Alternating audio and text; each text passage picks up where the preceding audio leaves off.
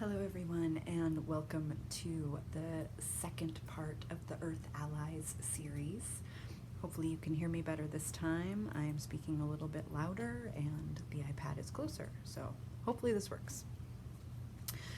So I went over a quick introduction last time discussing where I was coming from with this project in the attempts to help people become in closer relationship with the Earth. I went over things like definitions of terms about individuation and active imagination, as well as archetypes. So hopefully if those things pop up in this one and you haven't watched the first one, that in context they'll make sense. Otherwise, go back and turn up your volume really loud on the first one and listen to that one. Otherwise, you can just look up these terms on the internet. They're simple Jungian terms. All right, so this part of the series, part 2, is going to be about how we got here, as well as the depth psychological response to where we're at. So there's some dark stuff here, and I'm going to be reading directly from this paper as the how we got here I've summed up in a very interesting, articulate paragraph, and I don't want to stray too far. Okay, so our Earth and its inhabitants are in a major state of crisis. You know that. But how did we get here? So I'm going to go kind of from a philosophical standpoint. This is just my opinion. You are more than welcome to disagree with it, but this is how I feel like we got into the ecological, psychological crisis that we're in now. So there are many modern causes that can be blamed. Pollution, plastic production, and the use of fossil fuels are just to name a few. These are all human-created problems that have their origin even before the first scientist conceived of how to convert fuel into energy to power factories and cars. So I'm going to attempt to quickly explain how we got here, super quick. Humans seem to have started out in a symbiotic relationship with nature. People were hunter-gatherers who relied on the earth for sustenance and survival. During that time, we gave thanks to the earth energies who kept us alive. Religions were earth-based, with a mother goddess at the core of existence. Fast forward to when we began to gather in groups in tribal societies, the earth still had a part to play. Thousands of years passed, and eventually we began to cluster in villages that became cities, and eventually we went from relying on the earth to relying on one another. This is where the problem began, in my opinion. Then, with the rise of masculine deities like Zeus, who were no longer rooted in nature but sat in the sky, controlling destiny, humans lost their sovereignty and became dominated by something unseen and unfelt. In Western society, the church was conceived after the death of Christ, which told everyone to put their trust in the one and only sky god. With the rise of Christianity came the death of the world soul. The divine and spirit were no longer part of nature, but entirely separate. This mindset took us through the Middle Ages. In the 1600s, everything got worse with the rise of scientists such as Descartes. So in this amazing book called Restoring the Soul of the World, Our Living Bond with Nature's Intelligence, the writer, David Fiedler, said Descartes would not tolerate the idea of living nature, cosmic sympathies, or vital resonances between spirit and matter. But it was even worse than that. Not only did he not see living energy in nature, quote, Descartes and his followers believed animals were only machines that lacked consciousness and the ability to feel pain, end quote. Okay, super problem. Suddenly man is the only conscious being, and the world and its creatures are nothing but an apparatus for man to manipulate, and is with thoughts such as those that our current calamity began. All right, so that was a really quick history lesson. All right, so I'm getting my PhD in depth or Jungian psychology, and it is my belief that it can offer a remedy for these. Okay, obviously people don't think that animals are machines anymore, but there's still this hold on this belief that we're the only ones that matter. So, all right, so how do we get there?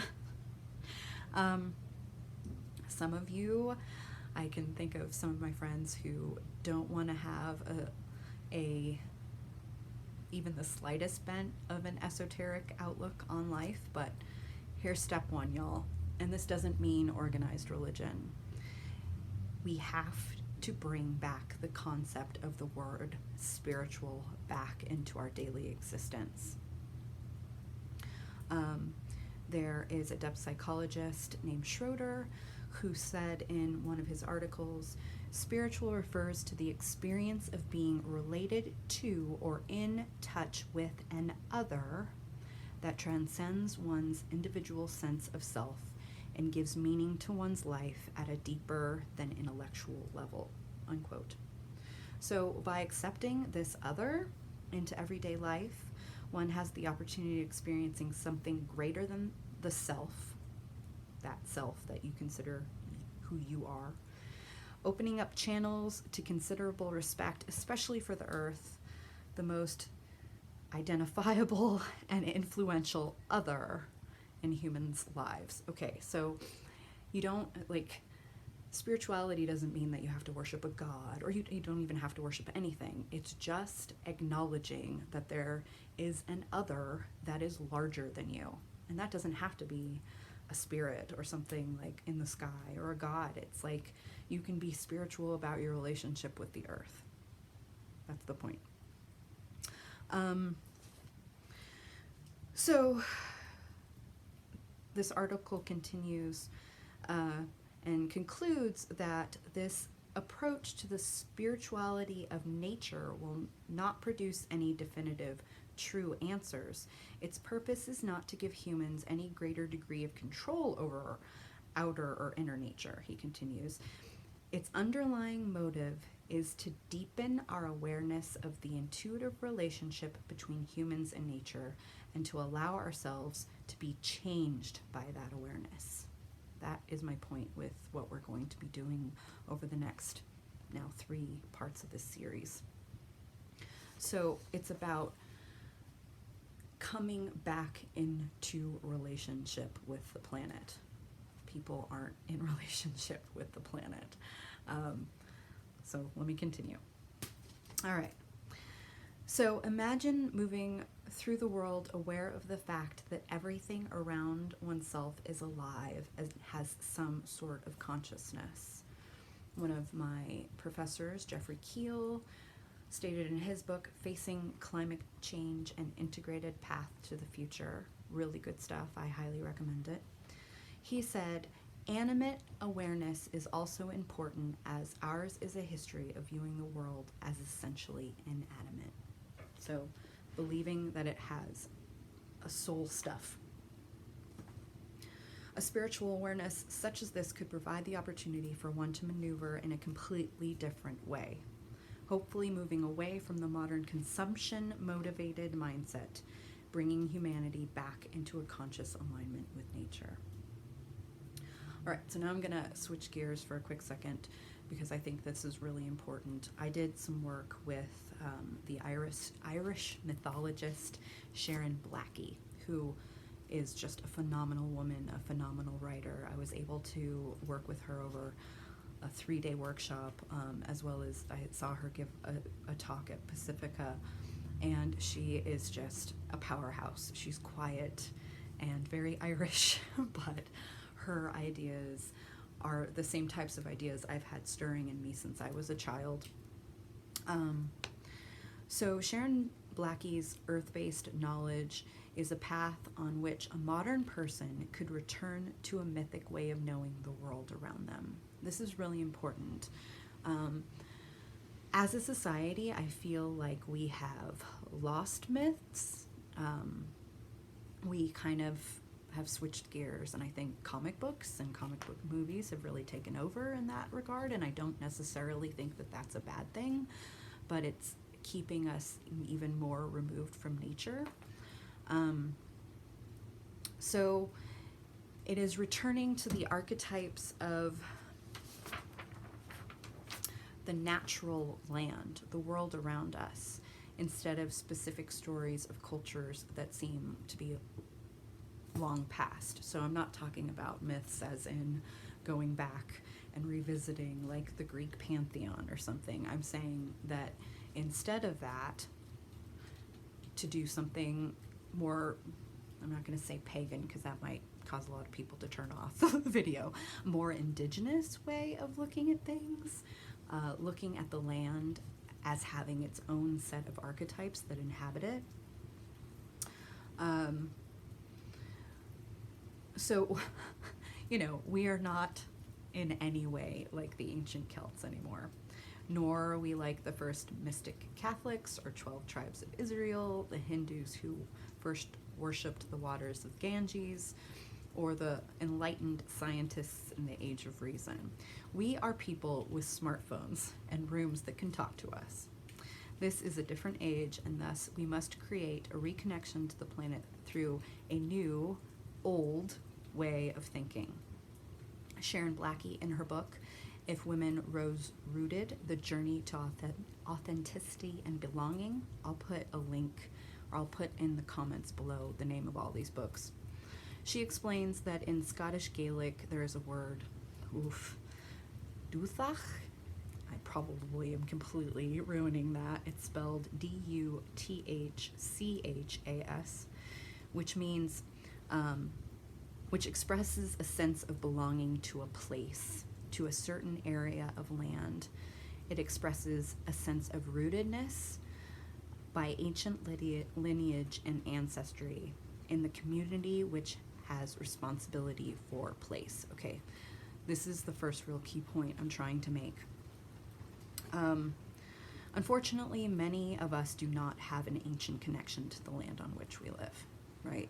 We all, many humans may not even live in the place of their birth, and as modern Americans, if one does live where they were born, that lineage probably only goes back about 250 years or so. I personally have a lineage that came over directly on the Mayflower, not proud of, you know, all of the bad things that are associated with that. But, you know, even that, my lineage does not go back that far on this land. However, Sharon Blackie's suggestion is the journey we need now is not a journey of active world-beating individualism. It is a journey of collective enchantment, a reanimation of the earth. It's a time to become native to our places again. So instead of thinking, oh geez, I'm not native, so therefore I can't have a connection to this land. Wrong. We need to rethink that. I'm also not saying that you need to go out and steal the indigenous stories of the land that on which you live. That's equally as wrong. What I'm saying is that you need to create a relationship with the land that is likened to that is looking at the land as a part of who you are and who you are becoming. So what Sharon Blackie here is doing is she's suggesting that we put down roots like trees seeking to be true residents. She says to tend to the land on which we live, sit upon it every day and, quote, whisper our stories as we listen in turn to the land's stories. It is time that humankind begins to feel embedded in the land on which they live, paying attention to the creatures, plants, bugs, and other beings. People must look at what is out of balance in those lands, inquire as to how it reflects the imbalances of ourselves, and attend to it on every level. I mean, So I've been doing this specifically on the property on which I live, and I highly recommend that that's where you start. You just start where you are. And this isn't about like a global process that everyone then feels like they're part of the whole entire earth. That's not what I'm saying. You need to start feeling like you are part of the land on which you live now, especially since who knows when we're going to be able to leave our houses. All right? So this is the final like depth psychological piece. This is yet another thing, and I might be able to put a link. This essay is frickin' phenomenal. In his eye-opening essay, Is the Modern Psyche Undergoing a Rite of Passage?, Richard Tarnis, Tarnas, gives a profound interpretation of what is happening in our society in regards to humankind's planetary predicament. Tarnis explains that there are two myths of progress that humanity is grappling with.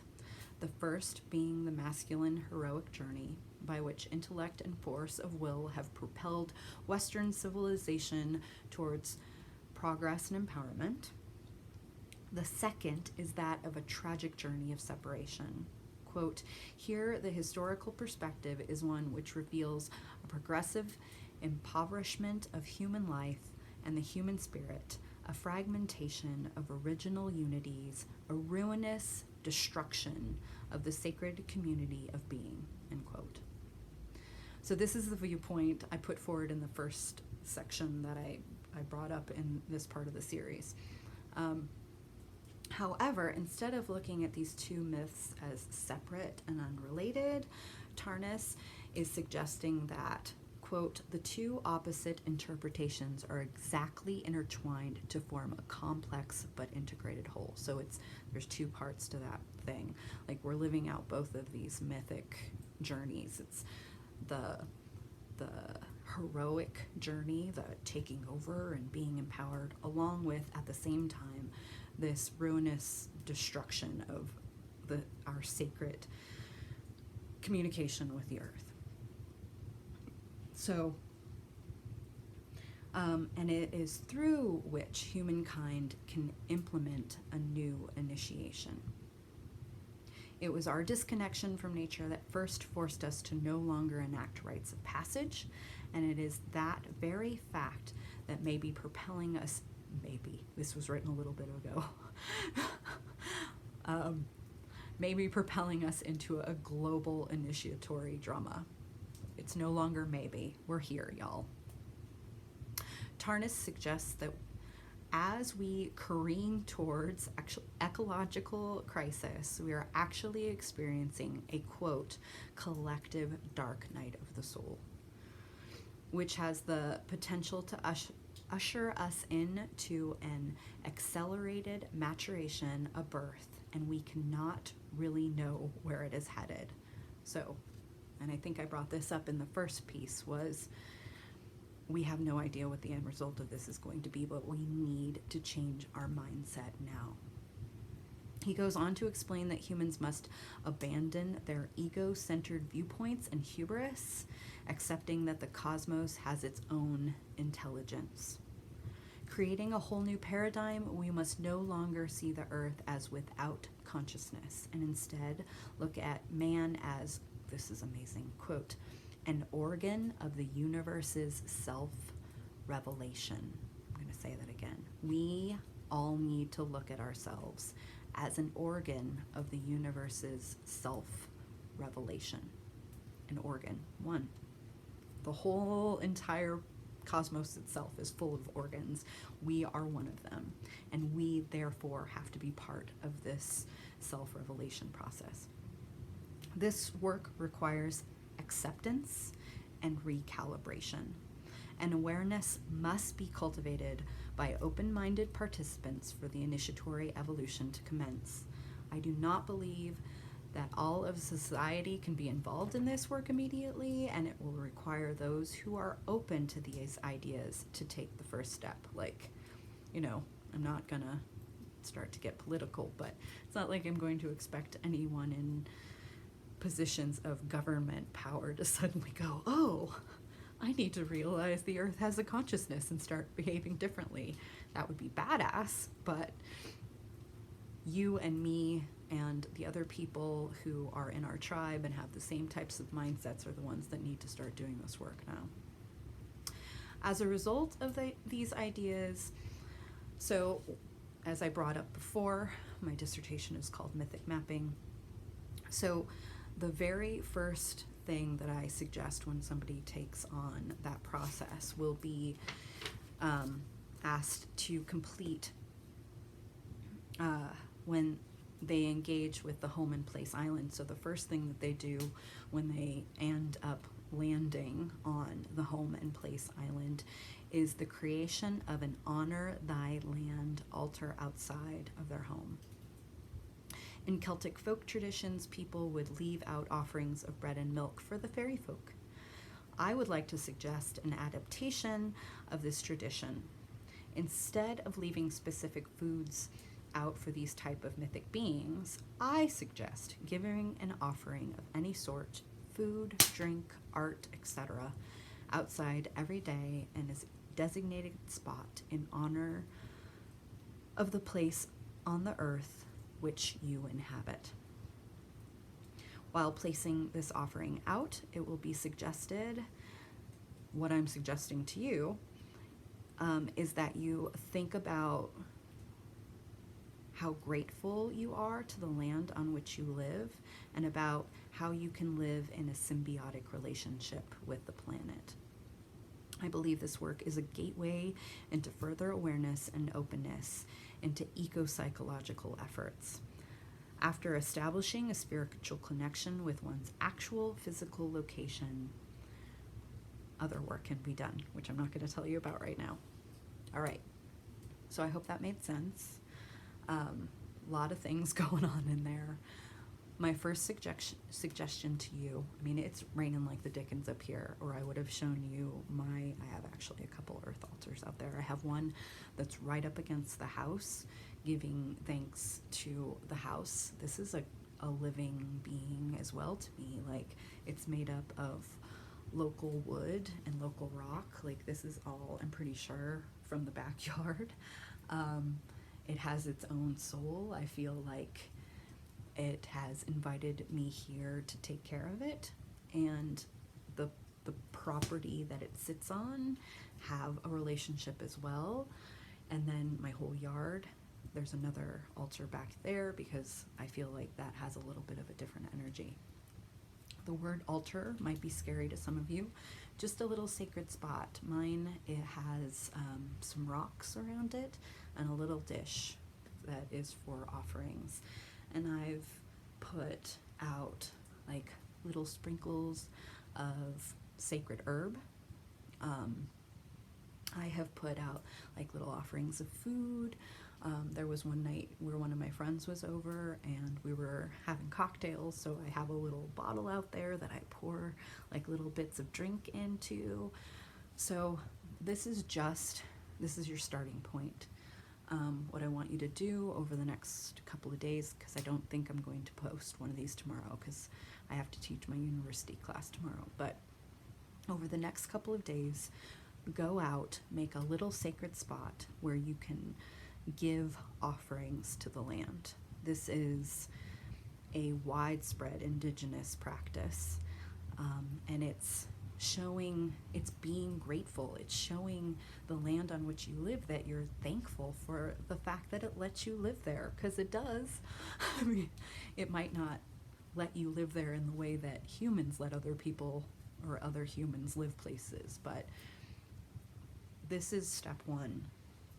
There has to be and I hate this is so buzzwordy, attitude of gratitude for where you are. So that is step one. So please go out there today. If you're in the mountains, I know it's a little cold out, but it hasn't started snowing yet. Just create a little space where you can go outside every day, say thank you. It is amazing how much information I have had just pop up in my mind since I started doing this. I'll be outside, I'll be giving some offerings, and I started doing this before the virus, and every day since this has happened, every time I go out to leave an offering, I hear more of what I need to do. It's like, all right, Pam, you need to start composting. All right, Pam, you need to start planting root vegetables. All right, Pam, this is the way to keep your family safe. So I believe that if we start creating these relationships with the land, that the land speaks back to us.